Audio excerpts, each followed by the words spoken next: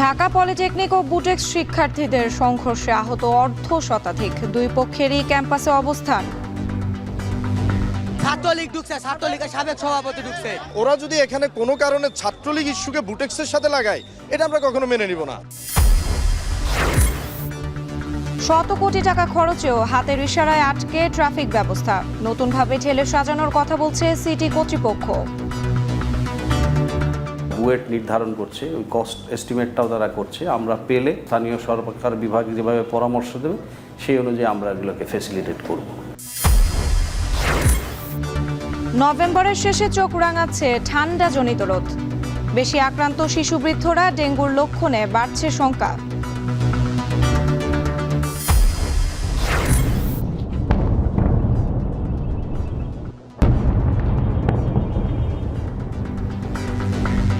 তেল আবিবে মুহুর্মুহু ড্রোন ও রকেট হামলা হিজবুল্লাহর, লেবাননে পাহাড় থেকে পিছু হটল ইসরায়েলি সেনারা।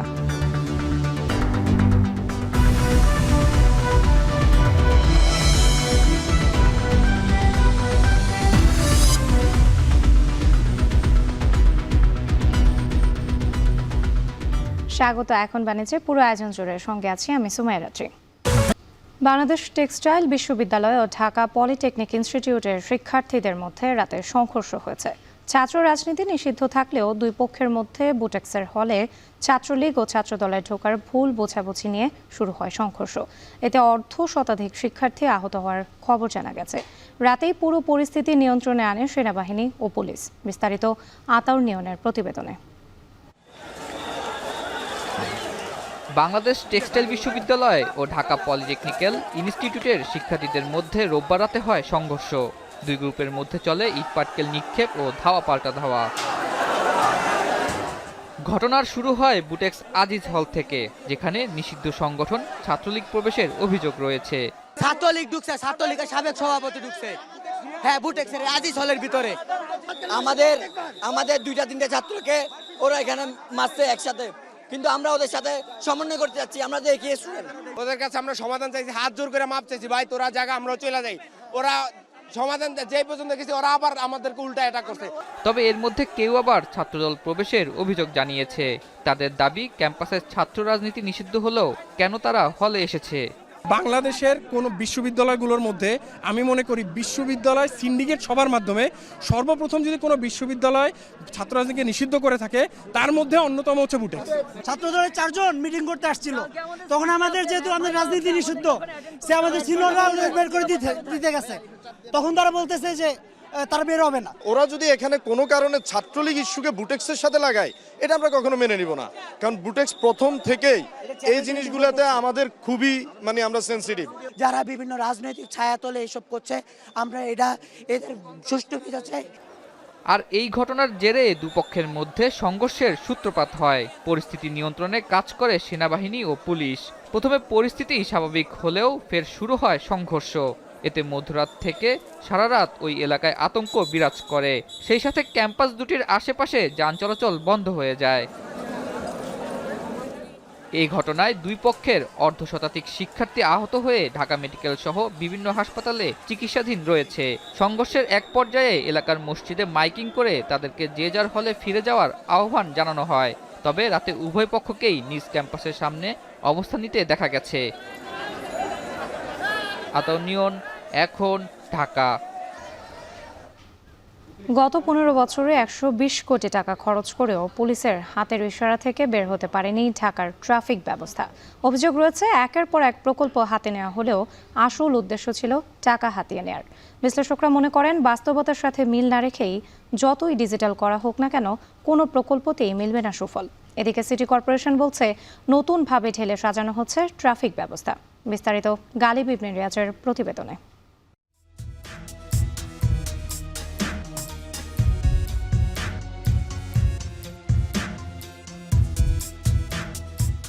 ঢাকার ট্রাফিক ব্যবস্থা চিন্তা করতে গেলেই মাথায় আসবে এক অনিয়ন্ত্রিত যোগাযোগ ব্যবস্থার। সরু রাস্তায় চোখে পড়বে হাজার হাজার ব্যক্তিগত গাড়ি। নিজেও যাব না, অন্য কেউ যেতে দিব না, এই নীতিতে বিশ্বাসী রংচটা বাস, সাথে 3 চাকার সিএনজি। আর দিন দিন নিয়ন্ত্রণের বাইরে চলে যাওয়া প্যাডেল রিকশার সাথে নতুন সংযোজন, নিজেদের হারকিউলিয়াস ভাবা ব্যাটারি চালিত অটোরিকশা। সড়কে দেখা যায় এমন সব যানবাহনই আছে ঢাকার রাস্তায়। আছে যান নিয়ন্ত্রণে গুরুত্বপূর্ণ সড়কের মোড়ে মোড়ে ট্রাফিক বাতি, কিন্তু শুধু নেই লাল সবুজ আলোর নির্দেশনা। তবে ঢাকার রাস্তায় লাল সবুজ বাতি জ্বালানোর চেষ্টার কমতি ছিল না। একের পর এক নেওয়া হয়েছে কোটি কোটি টাকার প্রকল্প। 2001 থেকে 2005 সালে প্রথম স্বয়ংক্রিয় ট্রাফিক লাইট স্থাপন করা হয়, তবে রক্ষণাবেক্ষণের অভাবে কিছুদিন না যেতেই তা অকার্যকর হয়ে পড়ে। 2012-13 সালে সেই অকার্যকর বাতিতেই আলো ফেরাতে চলে চেষ্টা, দেয়া হয় নতুন করে অর্থ বরাদ্দ। এভাবেই গত 15 বছরে কখনো রক্ষণাবেক্ষণ, কখনো ডিজিটাল সিগন্যাল লাইট স্থাপন, কাউন্টডাউন, সৌর প্যানেল কিংবা ডিজিটাল ডিসপ্লে বোর্ড স্থাপনের নামে খরচের অঙ্কটা গিয়ে ঠেকেছে 120 কোটি টাকারও বেশি। মাঝে একবার ট্রাফিক পুলিশের হাতে ডিজিটাল সিগন্যাল নিয়ন্ত্রণে তুলে দেওয়া হয়েছিল রিমোট কন্ট্রোলও, কিন্তু সেগুলো নাকি চুরি হয়ে যায়। তাই এখনও ঢাকার যান চলাচল নিয়ন্ত্রণে একমাত্র ভরসা ট্রাফিক পুলিশের হাতের ইশারা। তবে এই হাতের পেছনেও ব্যয়টা নেহায়েতই কম না।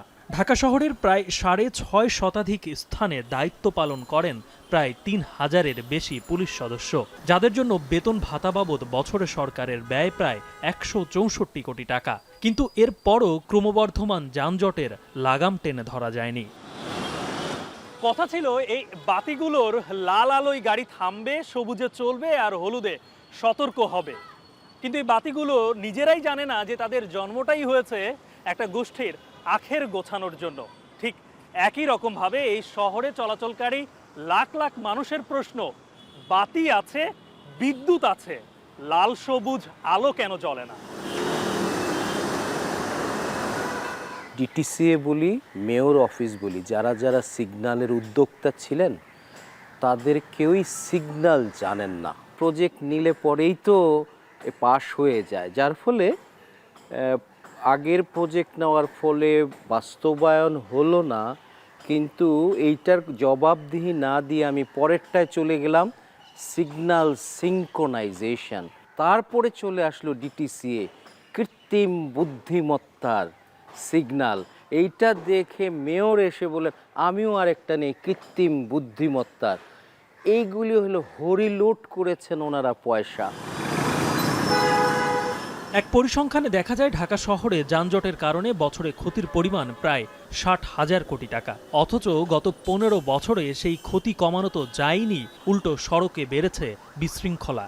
নগরপিতা থেকেও নগর ছিল অভিভাবকহীন। ঢাকা সিটির ট্রাফিক অবকাঠামো, ট্রাফিক সিগন্যালিংকে পূর্বের অভিজ্ঞতার আলোকে নতুন করে ঢেলে সাজানো হচ্ছে। সেটা শাহবাগ থেকে আমাদের শাহজালাল ইন্টারন্যাশনাল এয়ারপোর্ট পর্যন্ত পাইলটিংয়ের জন্য বেছে নেওয়া হয়েছে। সেখানে যেখানে সিগন্যালিংয়ের বিষয় আছে, ওই স্পটগুলো বুয়েট নির্ধারণ করছে, ওই কস্ট এস্টিমেটটাও তারা করছে। আমরা পেলে ডিটিসিএর সাথে মিটিং করে স্থানীয় সরকার বিভাগ যেভাবে পরামর্শ দেবে সেই অনুযায়ী আমরা এগুলোকে ফ্যাসিলিটেট করব।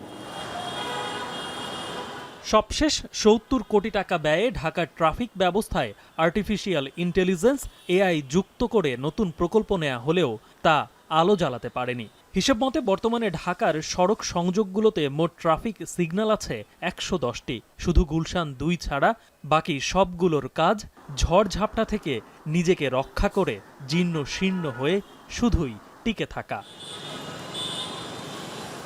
গালিব ইবনে রিয়াজ, এখন, ঢাকা। জুলাইয়ের ছাত্র জনতার আন্দোলনে হেলিকপ্টার থেকে ছোড়া গুলি ঘাড়ে নিয়ে বেঁচে আছেন রনি শেখ। চিকিৎসকরা বলছেন উন্নত চিকিৎসা দিতে রনিকে বিদেশে পাঠানো প্রয়োজন।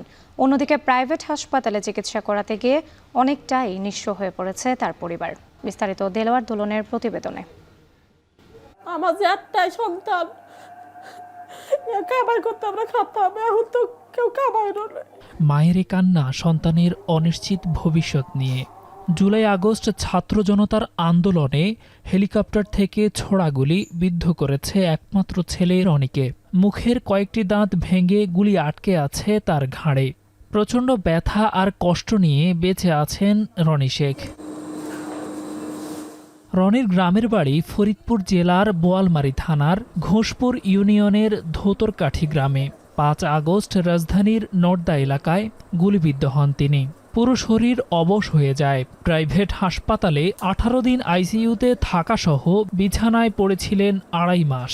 এ সময়ে পরিবারকে হারাতে হয়েছে চাষের জমি ও দুধের গরু, পড়তে হয়েছে ঋণের কবলে। পপুলার হাসপাতালে আপনার 12,18,900 টাকা বিল আইছে। তারপরে ছাত্রকে ধরে পরে আমার মেডিসিনের বিলটা দেওয়া লাগছে 4 লক্ষ টাকা ওখানে দিয়ে আইছি পপুলার হাসপাতালে। ইউনাইটেড দিয়েছি 1,11,000। সবাই টাকা চাচ্ছে এখন। কয় মাস টাকা রাখে মানুষ বলেন? ওই গ্রামের মানুষ করে বাজার সদাই করে দেখা চাইল তাই এই খাইতেছে। রনি রাজধানীর গুলশানে একটি প্রাইভেট অ্যাপার্টমেন্টের ম্যানেজার ছিলেন। 6 মাস বয়সী সন্তানসহ স্ত্রীকে নিয়ে ভাড়া বাসায় থাকতেন। বাবা এনামুল হক মিরপুরের একটি বাসায় নিরাপত্তা প্রহরী। ঘাড়ে ঘাতকের ছোড়া গুলি বয়ে বেড়ানো এ যোদ্ধা জানালেন সেদিনের ভয়াবহ অভিজ্ঞতার কথা। পরে গুলি ছোড়া দেখে আমরা সবাই দৌড় দিয়েছি। আমাদের সাথে অনেকজনে গুলি লাগছে। একজনের হাঁটু করে গুলি বের হয়ে গেছে, একজনের হাতে লাগছে, আমার লাগছে হলো সবার লাস্টে। আমি গুলি ছোড়া দেখে দৌড় দিয়েছি আর পিছনে এরকম তাকাইছি, ওরা গুলি করছে, ল্যাম্পপোস্টে লাগছে, রাস্তা ল্যাম্পপোস্টে লেগে তারপরে মুখের ভিতর ঢুকে গেছে। বর্তমানে রনি শেখকে বিনামূল্যে চিকিৎসা দিচ্ছে ইবনে সিনা হাসপাতাল কল্যাণপুর শাখা। শুরু থেকেই অর্থোপেডিক ও স্পাইন সার্জন ডাক্তার আবদুল্লাহ আল মাহমুদের তত্ত্বাবধানে রয়েছেন তিনি। জানালেন গুলি অপসারণ সহ রনির প্রয়োজন উন্নত চিকিৎসার। যদি বুলেট বের করতে গিয়ে তার আরও ক্ষতি হওয়ার আশঙ্কা থাকে তাহলে এটা না বের করাই ভালো। আরও 2-4 জন নিউরোসার্জন, অর্থোপেডিক সার্জন সবাইকে নিয়ে যদি বসে যদি এটা আবার একটু রিভিউ করা যায় যে আমরা একটা বুলেটটা খুলবো না রেখে দেবো, এটা একটা হতে পারে। সেকেন্ড হতে পারে যে ওনার জন্য যদি বিদেশে আবারও কোনো অপরচুনিটি থাকে সরকারের পক্ষ থেকে যে তাকে পাঠায়া এই বুলেটটা বের করার কোনো তার জন্য পজিটিভ হবে কিনা বা করা যায় কিনা, সেক্ষেত্রে আমি আপনাদের মাধ্যমে হয়তো একটু সহযোগিতা চাই আমার রোগের জন্য। বৈষম্য বিরোধী আন্দোলনকালে আহতদের সেবা পাওয়া নিয়েই ছিল এক প্রকার অনিশ্চয়তা, কিন্তু তারপরও আহতদের চিকিৎসা সেবা প্রদান থেকে বিচ্যুত হননি বহু বেসরকারি হাসপাতাল ও ক্লিনিক, যে কারণে অনেক হাসপাতালকে পড়তে হয় নানা আইনি ঝামেলায়। হাসপাতাল কর্তৃপক্ষ জানান নৈতিক দায়িত্ববোধ থেকেই সেবা দিয়ে গেছেন তারা। আন্দোলন সম্পৃক্ত যে সকল স্টুডেন্ট বা বিভিন্ন পেশাজীবী মানুষ যারাই আহত হয়েছেন সবাইকে আমরা ফ্রি ট্রিটমেন্ট করেছি। সেই হিসেব করলে যদি আমরা দেখি তাহলে দেখা যাবে যে আমাদের 4টা হসপিটাল থেকে প্রায় 200-র অধিক রোগী আমরা এখানে তারা অ্যাডমিটেড ছিল, অ্যাডমিটেড থেকে চিকিৎসা নিয়েছে। বিভিন্ন ইনভেস্টিগেশন করে আপনার চিকিৎসা সহায়তা পেয়েছে, এই সংখ্যাটা প্রায় 600-র উপরে হবে।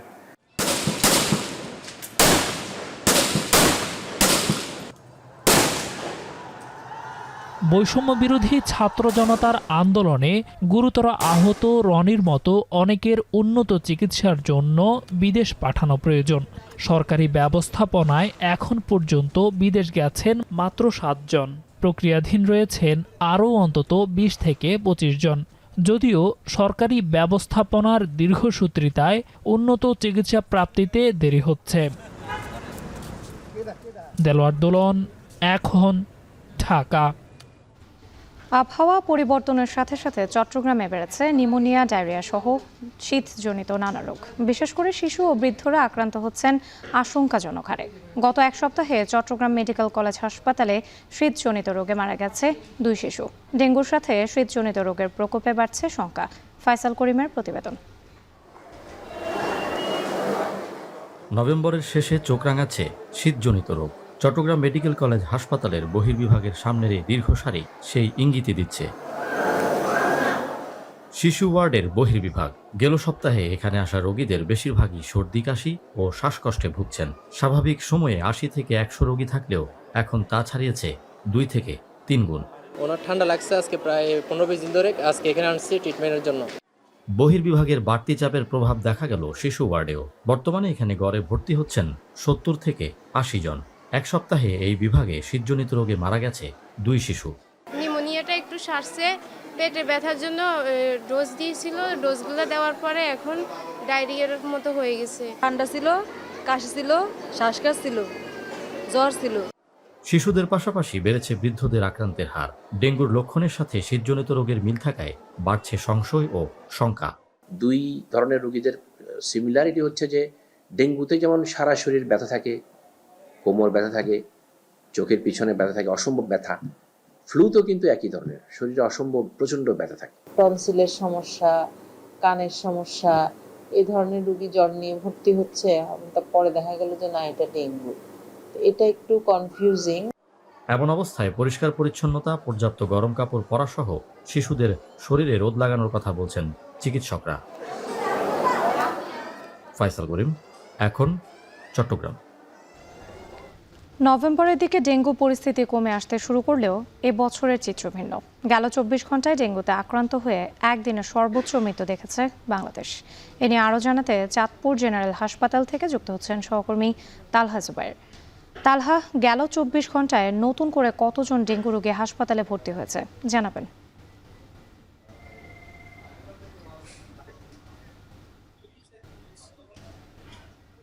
রাত্রি চাঁদপুরে আসলে ডেঙ্গুর যে প্রাদুর্ভাবটা কিন্তু বেড়েই চলছে। গেল 24 ঘন্টা চাঁদপুরের বিভিন্ন উপজেলাতে নতুন করে আক্রান্ত হয়েছে 15 জন রোগী, এবং তাছাড়া গত 24 ঘন্টা যাবৎ চাঁদপুর 250 শয্যা বিশিষ্ট জেনারেল হাসপাতাল সহ উপজেলা বিভিন্ন হাসপাতালে কিন্তু চিকিৎসা নিচ্ছেন 54 জন রোগী। এর মধ্যে চাঁদপুরের যে 250 শয্যা বিশিষ্ট জেনারেল হাসপাতাল রয়েছে সেখানে কিন্তু 15 জন রোগী কিন্তু এই মুহূর্তে চিকিৎসাধীন রয়েছেন। আসলে আপনি আমার পেছনে দেখতে পাচ্ছেন যে রোগীদের উপচে পড়া চাপের কারণে কিন্তু নির্ধারিত বেডের বাইরে তারা যেই হাসপাতালের করিডোর রয়েছে সেখানে কিন্তু শয্যা পেতে কিন্তু চিকিৎসা নিচ্ছেন। আমি আসলে কথা বলেছিলাম চিকিৎসকদের সাথে, তারা যেটা বলছেন যে মূলত বর্ষাকালীন সময়ে ডেঙ্গুর প্রাদুর্ভাব বেশি থাকলেও কিন্তু এখনো তারা বিভিন্ন পাড়া মহল্লাতেও কিন্তু মানুষজনকে আক্রান্ত হতে দেখছেন। তাছাড়া চাঁদপুরের সাথে ঢাকার যোগাযোগের সহজলভ্যতার কারণে কিন্তু অনেক রোগী ঢাকা থেকে আক্রান্ত হয়ে চাঁদপুরে আসছেন, এবং চাঁদপুরের যারা স্থানীয় মানুষজন রয়েছে তারাও কিন্তু তাদের মাধ্যমে আক্রান্ত হচ্ছে।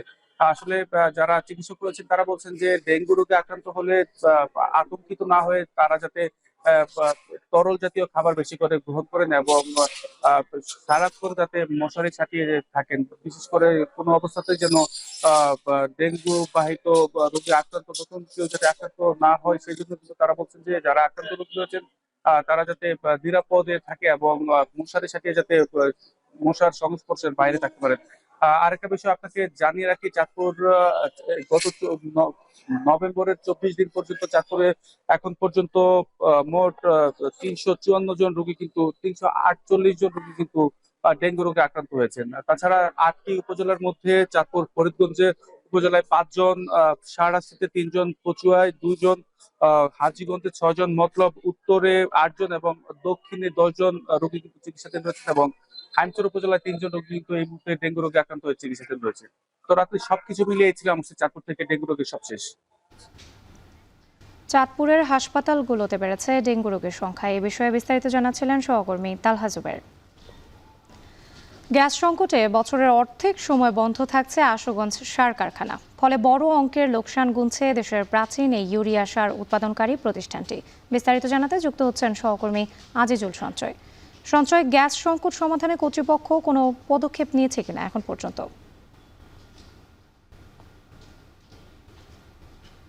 রাত্রি, তার আগে একটু আপনাকে জানিয়ে রাখি 1983 সাল থেকে এই আশুগঞ্জ সার কারখানাটি বাণিজ্যিকভাবে সার উৎপাদন শুরু করে। এখানকার এই কারখানাটির দৈনিক উৎপাদন ক্ষমতা 1600 মেট্রিক টন। তবে যেহেতু এই ধরনের রাসায়নিক সার কারখানার যে আয়ুষ্কাল ধরা হয় সেটি 20 বছর, ফলে এটি আয়ুষ্কাল পেরিয়ে যাওয়ার ফলে এখন স্বাভাবিকভাবেই কিন্তু এখানকার যে উৎপাদন ক্ষমতা সেটি কিন্তু হ্রাস পেয়েছে।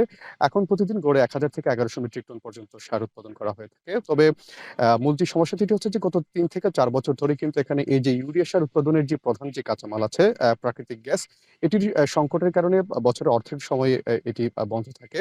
এর ফলে আসলে এই যে সার কারখানার যে প্রতি বছর যে উৎপাদনের যে লক্ষ্যমাত্রা থাকে সেটি কিন্তু পূরণ করা যাচ্ছে না।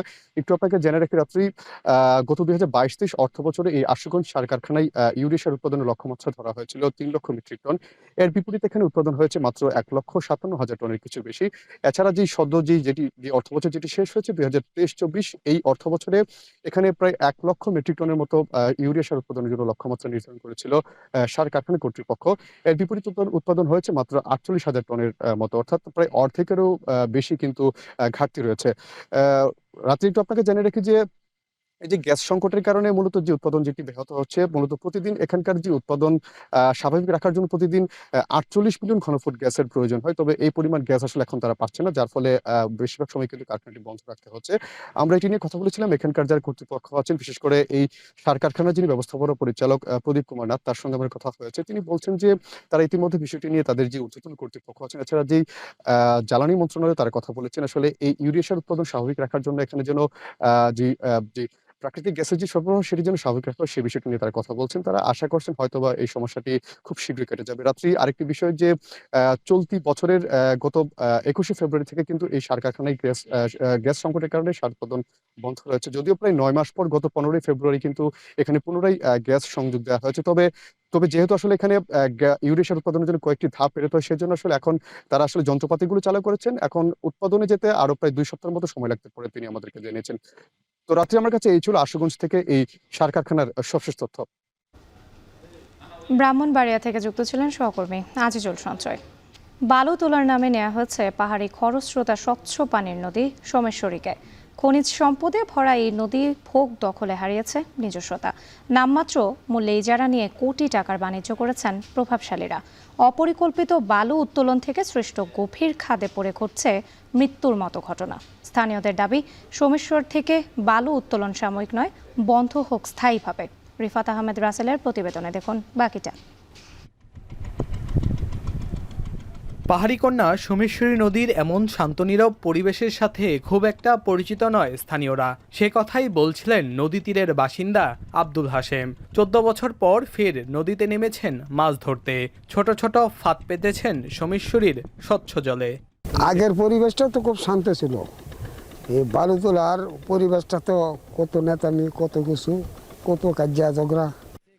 100 বছর ধরে উজান থেকে সোমেশ্বরী বয়ে এনেছে বালু, পাথর, কয়লাসহ নানা খনিজ সম্পদ, যার উপর ভর করে চলেছে আব্দুল হাশেমের মতো হাজারো মানুষের জীবিকা। তবে 2010 সালের পর নদীতে বালু উত্তোলনের জন্য ইজারা প্রথা চালু করাই কাল হয়েছে নদীকে ব্যবহার করে নামমাত্র মূল্যে ইজারা নিয়ে হাজার কোটি টাকার বাণিজ্য করেছেন ক্ষমতাসীনরা।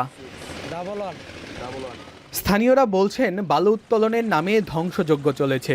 বিপরীতে মিলেছে নদী দূষণ আর প্রাকৃতিক বিপর্যয়ের মতো ঘটনা। প্রশাসনের নাকের ডগায় বসে তৎকালীন ক্ষমতাসীন দলের তকমা লাগিয়ে নদীকে লুটেপুটে খেয়েছেন স্থানীয় সংসদ সদস্য, পৌর মেয়র সহ প্রভাবশালীরা।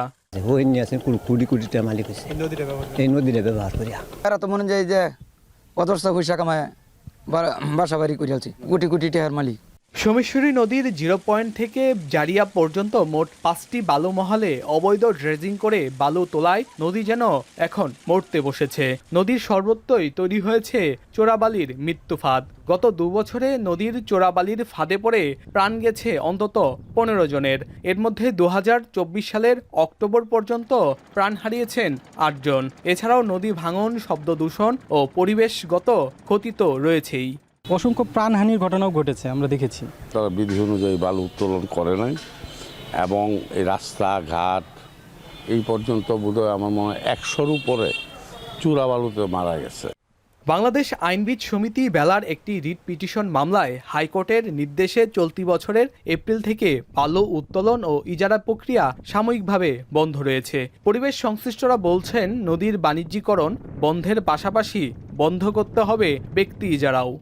সোমেশ্বরীর এখন যে মরণ দশা, সেই মরণ দশার জন্য দায়ী এই বালুমহাল, অবৈধ বালু উত্তোলন। সোমেশ্বরীকে বাঁচিয়ে রাখার জন্য যে কাজটি করতে হবে, যে অপরিকল্পিতভাবে যে বালু উত্তোলন, এটা বন্ধ করতে হবে এবং এই যে বাংলা ড্রেজার দিয়ে এগুলা বন্ধ করতে হবে। বালু উত্তোলন বন্ধ থাকায় সোমেশ্বরী তার আগের রূপে ফিরতে শুরু করেছে। এছাড়া নদী রক্ষায় নানা ব্যবস্থা নিচ্ছে পানি উন্নয়ন বোর্ডও। আইনগতভাবে আমরা দেখতে হবে যে এখানে কতটুকু বালু উত্তোলন করলে নদীটি বাঁচবে। জনগণ চাইলেই মানে যেভাবে ইচ্ছা সেভাবে যদি বালু তোলে তাহলে আসলে নদীটি বাঁচানো যাবে না। সোমেশ্বরী নদী একটা প্রকল্প আমাদের প্রণয়ন করা হয়েছে এবং প্রকল্পটা অনুমোদিতও হয়েছে।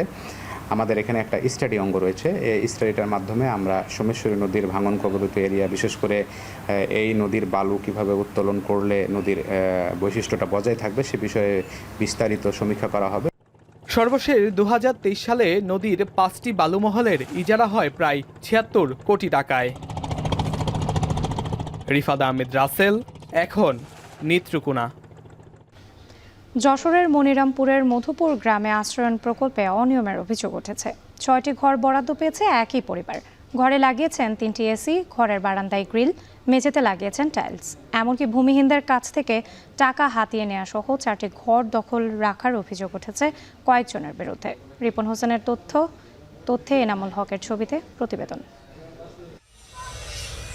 দেখে বোঝার উপায় নেই যে ঘরগুলো ভূমিহীনদের আশ্রয়ণ প্রকল্পের। যশোরের মনিরামপুর উপজেলার মধুপুর গ্রামের আলতাফ হোসেনের 3টি ঘরে এভাবেই বসেছে শীতাতপ নিয়ন্ত্রণ যন্ত্র। ভূমিহীনদের জন্য নির্মিত এখানকার 37টি ঘরের 6টিই দখলে রেখেছে তার পরিবার।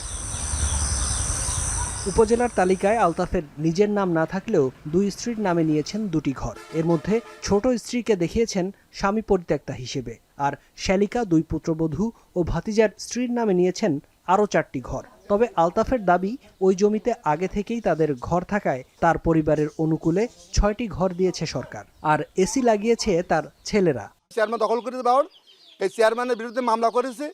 ছবি আছে আপনার ডিসি অফিসে, ইউনো অফিসে। সেই চেয়ারম্যান বাঁচার জন্য আমার এগুলো করেছে, এগুলো করছে। ঘরটা শুরুর থেকে শেষ পর্যন্ত গেটে প্লাস্টার করে পর্যন্ত দিয়েছে। দেওয়ার পরে আমরা একটু হালকায় রং করেছি, একটু গ্রিলটা লাগাইছি। এটাই আমাদের বাড়তি। মাসিক কিস্তির মাধ্যমে, মানে কোম্পানি আমাদের যে বেতন দিত, বেতন থেকে মাসে 2000 টাকা কাটবে, সেই পারপাসে কোম্পানি আমাকে এসি দিচ্ছে। এখানকার বাসিন্দাদের অভিযোগ, প্রকল্পের সব কাজ হয় আলতাফের ইচ্ছায়। ক্ষমতার দাপটে নানাভাবে প্রভাব বিস্তার করেন স্থানীয়দের উপর। ও জায়গায় ওর ঘরে টাইলস বসানো আছে, এসি লাগানো আছে, কিন্তু আমাদের এই জায়গায় কোনো গুরুত্ব দেয় না ওরা। অন্য যে সমস্ত গরিব মানুষ, তাদের কোনো দখলে নেই, ওনার দখলে রেখে এইভাবে চলতেছে। 22টা ঘরের মধ্যে ওর 6টা আছে, আর একজনের আছে 4টা, মানে এইভাবে মিলাই মোট সর্বশেষ ঘর। কিন্তু কোন নিয়মে এই ঘরের দায়িত্বে কে ছিলেন, কারা দিলেন, কিভাবে দিলেন, এটা তানারা জানে। এমন বাস্তবতায় তদন্ত করে ব্যবস্থা নেওয়ার কথা জানায় প্রশাসন। আমরা অভিযোগের প্রেক্ষিতে পরবর্তী তদন্ত সাপেক্ষে দেখব যে তাদের আর্থিক সক্ষমতার বিষয়টি এবং আমাদের নীতিমালা অনুযায়ী আশ্রয়ে ঘর পাওয়ার তিনি উপযুক্ত ছিলেন কিনা, সেটা পরবর্তী তদন্ত সাপেক্ষে আমরা ব্যবস্থা গ্রহণ করব। অন্যদিকে সদর উপজেলার সিরাজসিংহা গ্রামের আশ্রয়ণ প্রকল্পের ঘরগুলো বেহাল। একটু বৃষ্টিতেই ওঠে পানি, রয়েছে নিম্নমানের সামগ্রী ব্যবহারের অভিযোগ। এমন অবস্থায় বরাদ্দের ঘর ছেড়ে অন্যের বাড়িতে আশ্রয় নিয়েছেন অনেকে। এখন যশোর। এবারে আন্তর্জাতিক প্রসঙ্গ। ইউরোপের অন্যতম শক্তিশালী অর্থনীতির দেশ ইতালির শ্রমবাজার ধরে রাখতে কাজ চলছে বলে জানিয়েছেন রোমে থাকা বাংলাদেশ দূতাবাস। একই সঙ্গে ইতালি দূতাবাস থেকে যেন সঠিক উপায়ে আবেদনকারীরা দ্রুত ভিসা পান তা নিশ্চিতে কাজ চলছে বলে জানিয়েছেন দেশটিতে থাকা বাংলাদেশের রাষ্ট্রদূত। ইতালি থেকে মনিরুজ্জামানের প্রতিবেদন। শ্রমিক ঘাটতি মেটাতে 2025 সালে 1,81,000 শ্রমিক নেয়ার প্রক্রিয়া শুরু করেছে ইতালি সরকার। তবে ঝুঁকিপূর্ণ দেশের তালিকায় নাম থাকায় ভিসা পাওয়া নিয়ে শঙ্কায় রয়েছে ইতালিতে যেতে ইচ্ছুক অনেক বাংলাদেশি, পাকিস্তানি ও শ্রীলঙ্কানরা। বিগত বছরগুলোতেও বাংলাদেশে অবস্থিত ইতালিয়ান দূতাবাসে পাসপোর্ট আটকে পড়া সহ ভিসা জটিলতার ঘটনা ঘটেছে। এসব জটিলতা নিরসনে ইতিমধ্যেই ইতালির বিভিন্ন মন্ত্রণালয় এবং সংশ্লিষ্টদের সঙ্গে কাজ শুরু করার দাবি জানিয়েছে রোমে থাকা বাংলাদেশ দূতাবাস। কঠোর যাচাই বাছাই করা হলেও সঠিক আবেদনকারীদের দ্রুত ভিসা নিশ্চিতের বিষয়ে আশার কথা জানালেন রাষ্ট্রদূত। তারা ইনভেস্টিগেশন করার পরে যাদের জেনুইন নুলাউস্তা পাবে তাদেরকে তারা ভিসা দিবে। তো আমরা এই জন্য তাদের উপরে আমরা তাদের কাছে রিকোয়েস্ট করি যেন তারা পাসপোর্টগুলো যেন তারা দ্রুততার সাথে ডিসপোজ করে দেয়। আমাদের জানা মতে কয়েকজন গেছে এবং সামনেও হয়তো আরো কিছু লোকজন যাবে, যাতে তারা দ্রুততার সাথে পাসপোর্টের ইস্যুটা যেন ডিসপোজ করতে পারে। চলতি নভেম্বরের 1 থেকে 30 তারিখের মধ্যে যারা সঠিকভাবে আবেদনপত্র পূরণ করবেন তারাই 2025 সালের ফেব্রুয়ারিতে ক্লিকদের মাধ্যমে বিভিন্ন ক্যাটাগরিতে আবেদন করার সুযোগ পাবেন বলে আশা করা হচ্ছে। এর মধ্য দিয়ে দালাল চক্রের প্রভাব কিছুটা কমার পাশাপাশি দেশের সুনাম বাড়বে বলে প্রত্যাশা সংশ্লিষ্টদের। গতি বাড়বে রেমিটেন্স প্রবাহেও। মনিরুজ্জামান মনির, এখন ইতালি। ইসরায়েলি ভূখণ্ডে রোববার রাতে ৩৪০টির বেশি ক্ষেপণাস্ত্র ও ড্রোন ব্যবহার করে হামলা চালিয়েছে ইরান সমর্থিত লেবাননের সশস্ত্র সংগঠন হিজবুল্লাহ। এতে ১০ জনের বেশি ইসরায়েলি আহতের পাশাপাশি তেল আবিব সহ বেশ কয়েকটি শহরে ব্যাপক ক্ষয়ক্ষতি হয়েছে। এমনকি হিজবুল্লাহর হামলায় লেবাননের একটি গুরুত্বপূর্ণ পাহাড় থেকে পিছু হটেছে দখলদার বাহিনী। তৌহিদুর রহমান জানাচ্ছেন বাকিটা।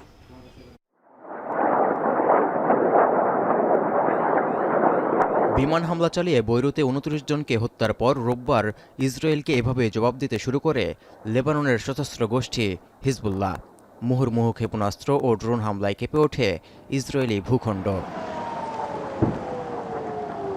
হিজবুল্লাহর ছোড়া ৩৪০টির বেশি ক্ষেপণাস্ত্র ও ড্রোন হামলায় ব্যাপক ক্ষয়ক্ষতি হয়েছে তেল আবিবের কাছাকাছি থাকা একটি এলাকার। এমনকি লক্ষ্যবস্তু করা হয়েছে ইসরায়েলের তৃতীয় বৃহত্তম শহর হাইফা এবং দক্ষিণের আশদোদ নৌঘাঁটি। এতে অনেক ভবন ও গাড়িতে গিয়ে ড্রোন এবং ক্ষেপণাস্ত্র আঘাত হানায় নিহত না হলেও অনেক ইসরায়েলি গুরুতর আহত হওয়ার খবর পাওয়া গেছে। Found 6 people that needed treatment and evacuation to hospital. One of them was with injuries and difficult breathing because of the fire, and another 5 with minor injuries. লেবাননে আগ্রাসন চালাতে যাওয়া ইসরায়েলি সেনাদেরও নাস্তানাবুদ করে তুলছে হিজবুল্লাহ। রোববার ট্যাঙ্ক বিধ্বংসী ক্ষেপণাস্ত্র হামলায় লেবাননের একটি গুরুত্বপূর্ণ পাহাড় থেকে দখলদার সেনারা পিছু হটতে বাধ্য হয়েছে বলে দাবি করা হচ্ছে।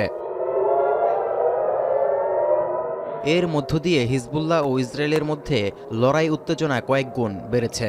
হামলার মাত্রা বাড়াচ্ছে ইসরায়েলও। হিজবুল্লাহ নিয়ন্ত্রিত এলাকায় চালানো হচ্ছে প্রাণঘাতী হামলা। এতে গত বছরের অক্টোবর থেকে এখন পর্যন্ত লেবাননে প্রাণহানি বেড়ে ৩৭৫০ ছাড়িয়েছে। এই অবস্থায় যুদ্ধবন্ধে চাপ প্রয়োগ করা জরুরি হয়ে উঠেছে বলে মন্তব্য করলেন ইউরোপীয় ইউনিয়নের পররাষ্ট্রনীতি বিষয়ক প্রধান Joseph Borrell. We must pressure the Israeli government and maintain the pressure in Hezbollah to accept the U.S. proposal for a ceasefire. এদিকে গাজায়ও আগ্রাসন বাড়িয়েছে ইসরায়েলি বাহিনী। গাজার উত্তরে থাকা কামাল আদওয়ান হাসপাতাল সহ বেশ কয়েকটি আশ্রয় শিবিরে চালানো হয়েছে বর্বর হামলা। এমন পরিস্থিতিতেও জাতিসংঘের নিরাপত্তা পরিষদে আনা গাজায় যুদ্ধবিরতির প্রস্তাবে বারবার ভেটো দিয়ে জাতিসংঘের বৈধতাকে যুক্তরাষ্ট্র হুমকিতে ফেলছে বলেও মনে করছেন বিশ্লেষকরা। তৌহিদুর রহমান, এখন বিশ্ব। হবিগঞ্জের চুনুরা ঘাটের শাপলা লেকটি পর্যটকদের কাছে এখন অন্যতম আকর্ষণ। কেনই বা হবে না? সবুজ চা বাগানের মাঝে দৃষ্টিনন্দন লেক, তারই চারপাশে ফুটেছে লাল টকটকে শাপলা।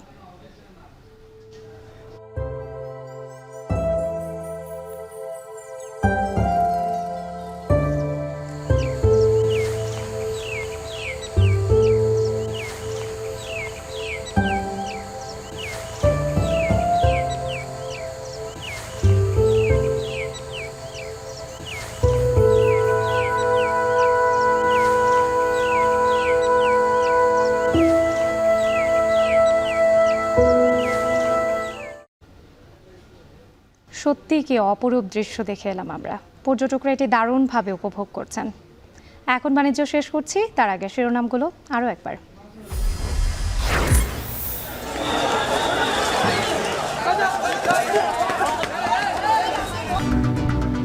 ঢাকা পলিটেকনিক ও বুটেক শিক্ষার্থীদের সংঘর্ষে আহত অর্ধশতাধিক, দুই পক্ষেরই ক্যাম্পাসে অবস্থান। ছাত্রলীগ ঢুকছে, ছাত্রলীগের সাবেক সভাপতি ঢুকছে। ওরা যদি এখানে কোনো কারণে ছাত্রলীগ ইস্যুকে বুটেক্সের সাথে লাগায়, এটা আমরা কখনো মেনে নিব না। শত কোটি টাকা খরচেও হাতের ইশারায় আটকে ট্রাফিক ব্যবস্থা। নতুনভাবে ঢেলে সাজানোর কথা বলছে সিটি কর্তৃপক্ষ। বুয়েট নির্ধারণ করছে, ওই কস্ট এস্টিমেটটাও তারা করছে। আমরা পেলে স্থানীয় সরকার বিভাগ যেভাবে পরামর্শ দেবে সেই অনুযায়ী আমরা এগুলোকে ফ্যাসিলিটেট করব। নভেম্বরের শেষে চোখ রাঙাচ্ছে ঠান্ডাজনিত রোগ। বেশি আক্রান্ত শিশু বৃদ্ধরা। ডেঙ্গুর লক্ষণে বাড়ছে শঙ্কা।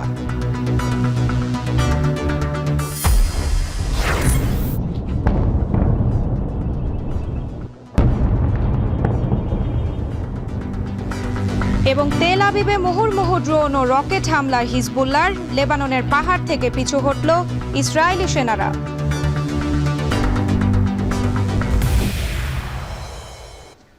এই ছিল এখন বাণিজ্যের আজকের আয়োজন। এখন টেলিভিশন ওয়েবসাইটে দেখতে ভিজিট করুন www.ekon.tv। এছাড়া ফেসবুকে দেখতে ভিজিট করুন facebook.com/tv.ekon এবং ইউটিউবে এখন টেলিভিশন দেখতে ভিজিট করুন youtube.com/c/ekontv।